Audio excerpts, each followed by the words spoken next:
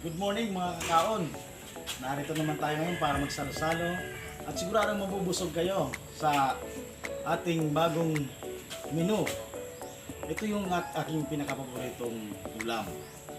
Ito yung ating native na manok. So, ang gagawin natin ngayon, medyo kakaiba. Mamaya malalaman ninyo kung paano natin yan. Ituturo ko yan sa inyo.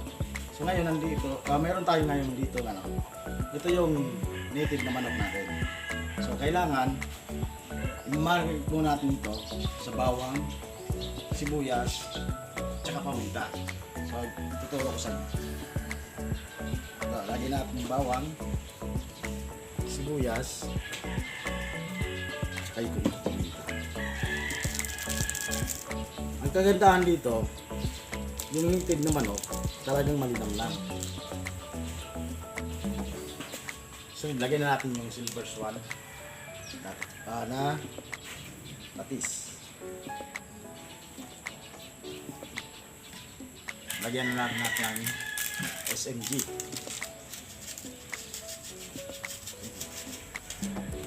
So, haluin muna natin mga kaon para mas lalo manuot ang gandang sarap yung lasa ng ating nilagay na ingredients. Yung nakuha natin pala manok, native na manok, ang gaganda sa kanya, sobrang taba niya. So, siguradong malian lang ito. Dito.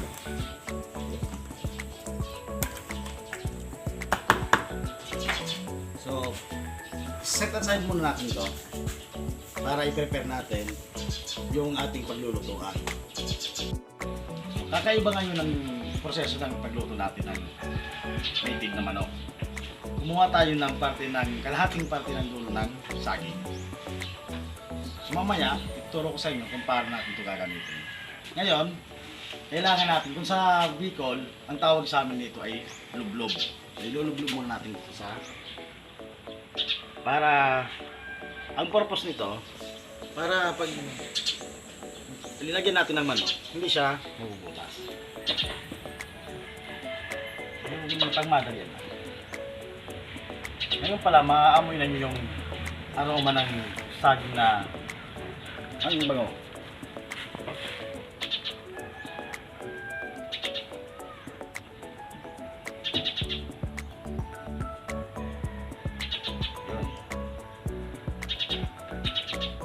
Mga kaon, imbesahan natin kung paano natin lutuin itong native na manok. So, ito yung inubluban-luban niya. Ilalagay natin dito. Dahan-dahan lang para hindi masira.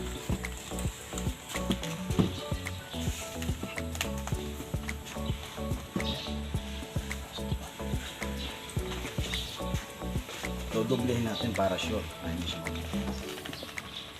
Ayan. Ayan.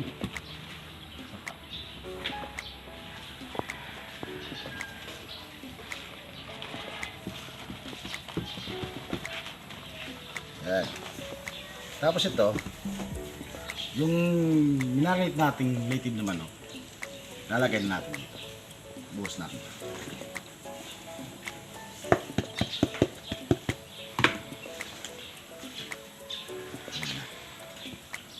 And then, sabayin natin yung tanlad. Yung tanlad pala, mainam to sa katawan. Ito ay may mabisang gamot sa alkapresyon, sa mataas ang blood pressure, basta maraming benefits to. Kaya ito hindi natin kailangan tanggalin natin na alisin sa pagluluto. Lagyan natin sa baba. Ito rin, lagyan natin ng tanlad. Sabayan natin ng sili para ngayon, kung sabi ko nga dati, kung mga hilig kayo sa manghag, pwede na natin dagdagan. Dagdagan natin. At hindi natin pahuli yung ating kakanggata. So ito kasi yung tradisyon na na ginagawa natin sa pagluluto ng native na manok. So mga kakaon, itong menu natin, tatawagin natin itong binotong na native na manok. So ang original kasi ng binutong na original is kaning malagkit at yung malagkit na bigas lalagyan ng gata. Ito ay inahanda pag mga araw ng patay. So ngayon, yung twist natin, iibahin natin. Instead na ilagay natin yung malagkit na kanin o yung bigas na may gata, manok na native ang gagawin natin yun. So, mamaya, papakita ko sa inyo kung paano natin lutuin to. Okay mga kahon, ready na yung ating lutuan. Ito. Nilagyan natin ng tangkay ng saging para siyang magsilbi nating steamer. So, ilalagay na natin yung ating binutong na native na manok. So, mga kahon, lagyan natin yung ating native manok. So, lulutuin natin to mga 1.5 oras. So, ito na yung 1 oras na pagluluto natin. Yung iba yung amoy na parang yung aroma ng saging, yung tanlad, at saka yung pandan. Ito pa lang, sarap na sarap na. So, titingnan natin mamaya after mga 30 minutes kung napalambot ba natin yung ating edit. Okay mga kaon, ready na, luto natin binutong na native na manok.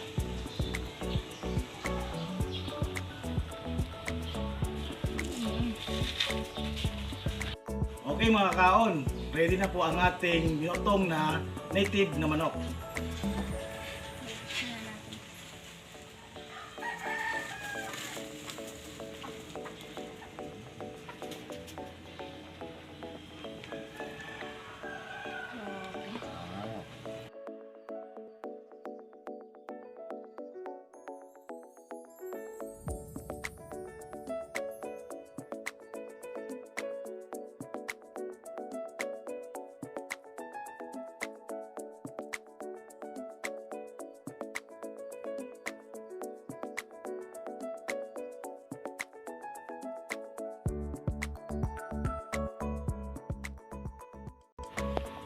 So mga kaon, ready na tayo, tumukbang.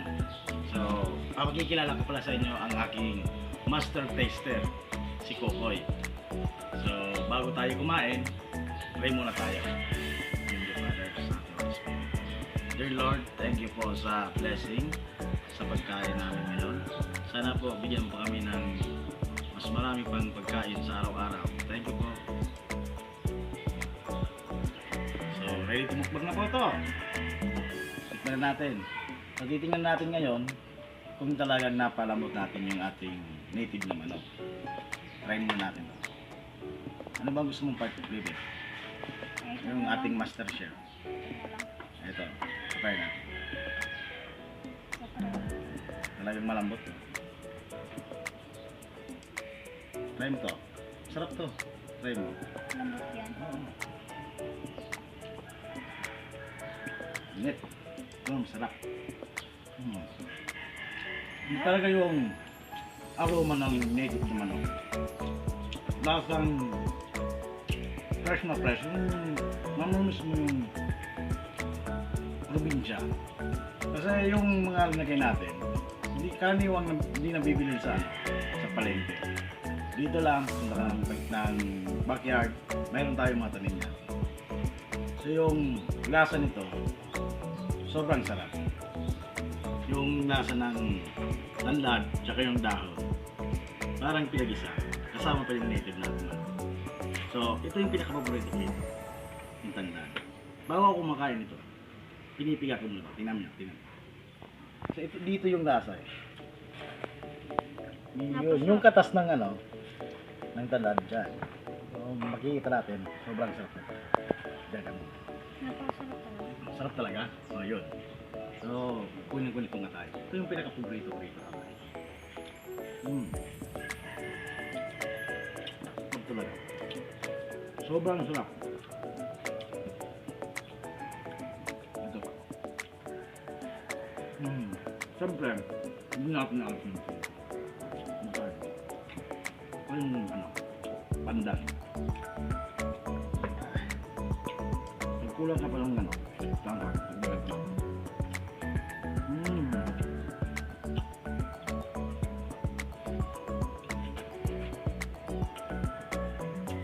Ay, maanghang. Sarap.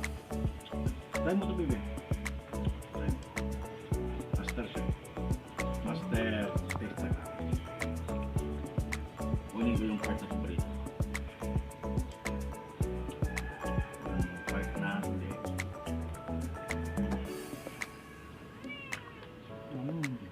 Yan mo.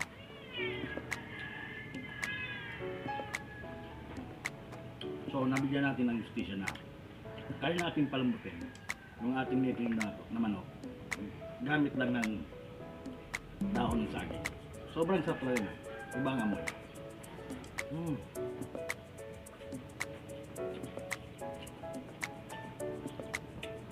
Kakatakam. Try natin yung malo-malo na. Sarap to. Mainit. Lambot. Nakainit talaga. Kita mo yung starting legs na ano. Mainit kasi pero masarap.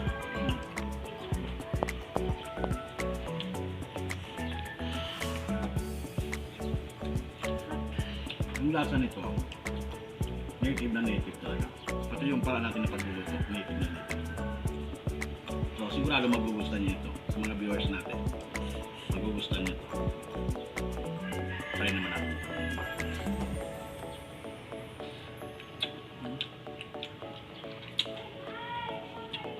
Super.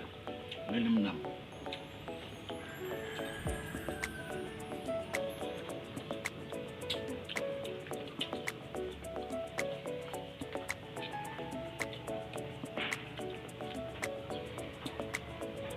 Shout out nga pala sa mga Kanyang brother.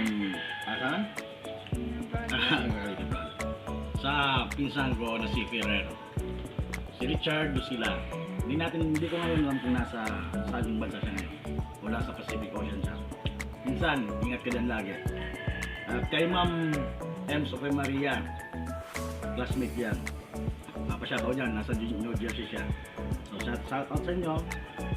And ingat kayo lagi. Kaya tayo. Try po natin.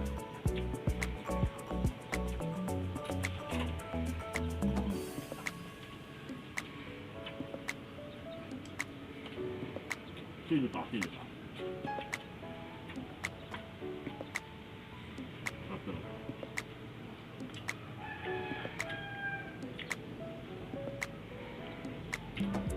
Sa hindi pa pala nagkakapag-subscribe, mag-subscribe na kayo.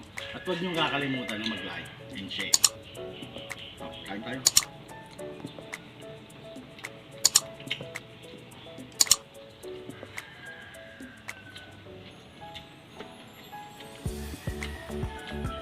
So, hanggang dito lang kami.